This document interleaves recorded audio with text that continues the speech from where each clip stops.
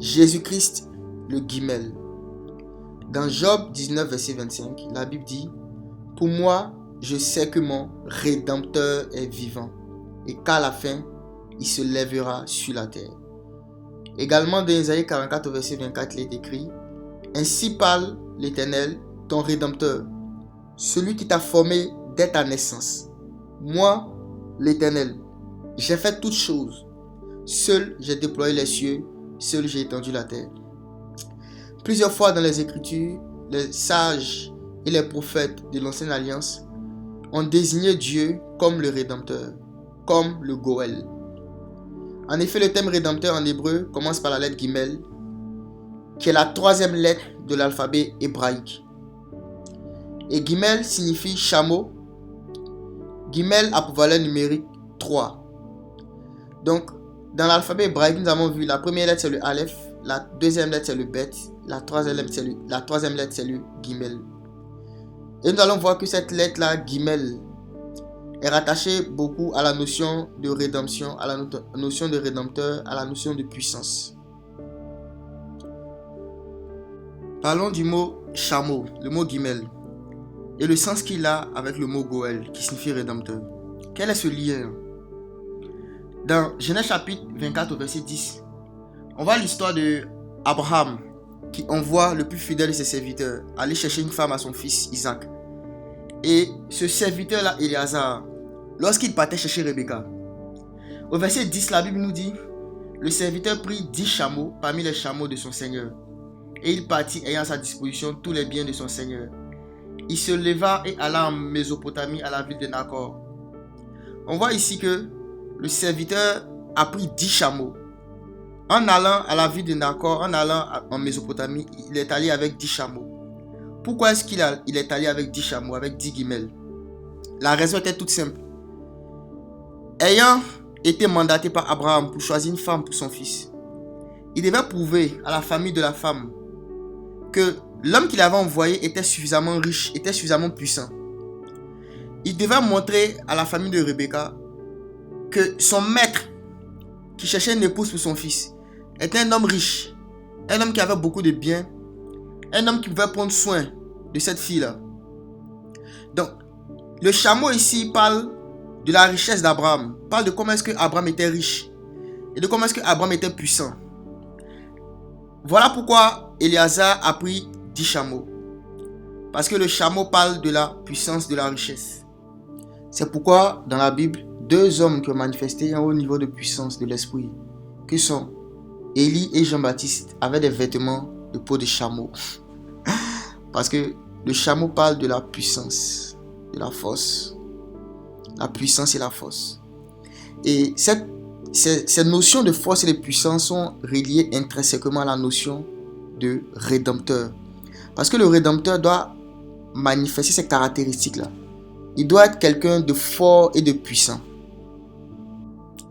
Et dans Lévitique 25, versets 47 à 48, le Seigneur a donné une loi au peuple juif, qui est la loi du rachat, qui disait ceci: si un de tes frères se livre à un étranger pour devenir esclave, parce que ce frère-là est devenu pauvre, son plus proche parent peut exercer envers son frère le droit de rachat. Il pourra lui racheter, lui, sa famille et ses terres. Et ce plus proche parent-là, qui est appelé le Goël, devait avoir certaines caractéristiques, notamment la richesse et la puissance. Il devait être assez riche pour pouvoir racheter. Il devait être assez puissant pour pouvoir racheter. Et Jésus-Christ est notre puissant rédempteur. Il est notre Goël. Il est le plus puissant. Et il est le plus riche. Ce qui fait de lui le candidat parfait en ce qui concerne la rédemption de tous les hommes. Il est le Goël. Il est le Guimel. Et toutes ces histoires qu'on voit dans les Écritures, qui parlent de la rédemption, préfiguraient la véritable rédemption de tous les êtres humains qui allaient se faire au moyen du plus riche et du plus puissant, c'est-à-dire Jésus-Christ, le Goël parfait. C'est pourquoi l'apôtre Pierre nous dit dans 1 Pierre 1, verset 18 à 19, sachant que ce n'est pas par des choses périssables, pas de l'or ou pas de l'argent, que vous avez été rachetés de la vaine manière de vivre que vous aviez hérité de vos pères, mais par le sang précieux de Christ, comme d'un agneau sans défaut et sans tache. Le sang précieux de Christ, c'est ce qui nous a rachetés. Parce que ce sang a la plus grande valeur dans le royaume des cieux. C'est la plus grande valeur dans le monde spirituel. C'est la plus grande valeur dans le monde physique. C'est le sang de Dieu.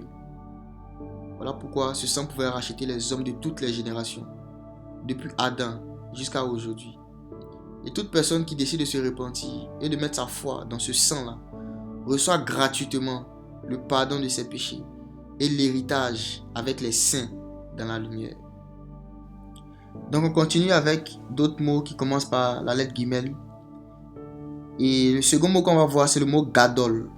Gadol qui signifie grand.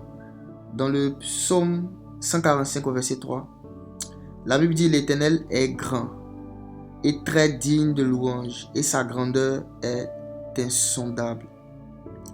Le mot traduit par grand en français, le mot hébreu traduit par grand, c'est Gadol. Et le mot traduit par grandeur, c'est Gedoula. Donc, non seulement le Gimel parle de la puissance et de la richesse, mais aussi le Gimel parle de la grandeur de Dieu. Lorsque la Bible dit que Dieu est grand, c'est une grandeur en étendue. Dieu est grand en étendue. C'est une grandeur en intensité de puissance. C'est une grandeur en importance. C'est une grandeur en distinction. Donc, Dieu est grand à tout point de vue. Voilà pourquoi il mérite toute la louange et toute l'adoration. Voilà pourquoi David dit que parce que Dieu, tu es grand, tu es très digne de louange. À cause de sa grandeur, il est très digne de louange. Non pas seulement digne, mais très digne de louange. Parce qu'il est le Gadol, le Dieu grand. Ou encore le grand Dieu. Ça, c'est son nom. Le grand Dieu. Gadol et Goël sont aussi très reliés. Parce que Christ, en plus d'être le Rédempteur, il est aussi le grand. Donc, il est le grand Rédempteur. Jésus-Christ est notre grand Rédempteur. Un autre attribut de Jésus-Christ qui commence par le Gimel, c'est le terme Gibor. Et Gibor signifie puissant. Lisons ensemble Ésaïe 9, verset 5. La Bible dit: car un enfant nous est né, un fils nous est donné, et la domination reposera sur son épaule. On l'appellera admirable, conseiller, Dieu puissant, Père éternel, prince de la paix. Donc, l'enfant qui est né va s'appeler Dieu puissant. Cela annonçait d'avance que Jésus-Christ serait Dieu fait chair. Et l'un des titres qu'il allait porter serait El Gibor, parce que Dieu puissant c'est El Gibor. Le Gibor, qui parle de la puissance de Jésus-Christ. Parce que Jésus-Christ n'est pas seulement le Rédempteur, il est le puissant Rédempteur. Il n'est pas seulement grand, il n'est pas seulement Gadol. Il est le puissant grand, ou encore le grand puissant. Il est le puissant. Et ce terme-là, Gibor, parle aussi de héros. On va terminer avec une histoire des Écritures qui est assez intéressante quand on la relie à l'alphabet hébraïque. Elle se trouve dans Genèse 12, verset 1, là où Dieu a appelé Abraham. Le Seigneur dit à Abraham: va-t'en de ton pays, de ta parenté et de la maison de ton père vers le pays que je te montrerai. Cette instruction que Dieu donnait à Abraham était une préfiguration de l'instruction que le Fils allait recevoir du Père lorsque le Père enverrait le Fils sur la terre. Quand Jésus-Christ, homme, était sur la terre, il a dit: le Père m'a envoyé. Il a dit: je suis venu, ou encore je suis descendu du ciel. Et de la même manière que Abraham devait quitter la maison de son père et aller dans un autre pays, de cette même manière, Christ devait quitter la maison de son père et venir sur la terre. Et on voit cela déjà dans les 3 premières lettres de l'alphabet hébraïque. le Aleph, le Bet et le Gimel. Le Aleph parle de l'homme à qui on s'adresse, de l'identité de celui à qui on s'adresse dans l'histoire. Le Aleph, c'est la première lettre de Abraham. C'est aussi une lettre qui parle de Jésus-Christ, qui désigne Christ. Nous l'avons vu dans la première vidéo. Le Bet parle de la maison ou encore de la tente. Donc, on voit ici, de Aleph à Bet, on voit Abraham qui quitte la maison, qui sort de la maison. Parce que la troisième lettre qui est Gimel, dans la forme du Gimel, dans la manière dont le Gimel est écrit,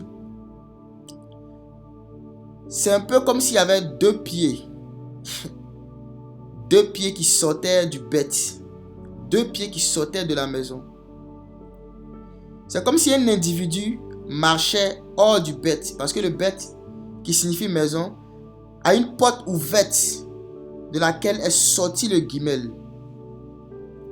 Donc, on pourrait se demander, mais qui sont les pieds de celui qui est sorti de la maison? Et le Aleph nous donne l'indication. Aleph est la première lettre d'Abraham, comme nous l'avons dit, et ça parle aussi de Christ. Donc, dans ces trois premières lettres-là, on voit la préfiguration du mystère de la piété. Lorsque Dieu dit à Abraham, sors de ta maison, sors de la maison de ton père, c'était une préfiguration de Christ qui allait sortir de la maison du Père et qui allait venir sur la terre. De Dieu qui serait manifesté en chair. Du Gimel qui allait sortir du bête. Qui allait sortir de la maison. Il allait sortir de la maison. Et on voit cette belle image là ici, dans cette instruction que Dieu a donnée à Abraham. Voilà pourquoi le Seigneur dit dans Isaïe 55 au verset 8. Mes pensées ne sont pas vos pensées, mes voix ne sont pas vos voix. Car les pensées de Dieu sont élevées au-dessus de nos pensées. Les pensées de Dieu sont élevées au-dessus de nos pensées. Donc, on va terminer sur cette note-là. Que le Seigneur vous bénisse et vous garde dans sa paix. Et à bientôt.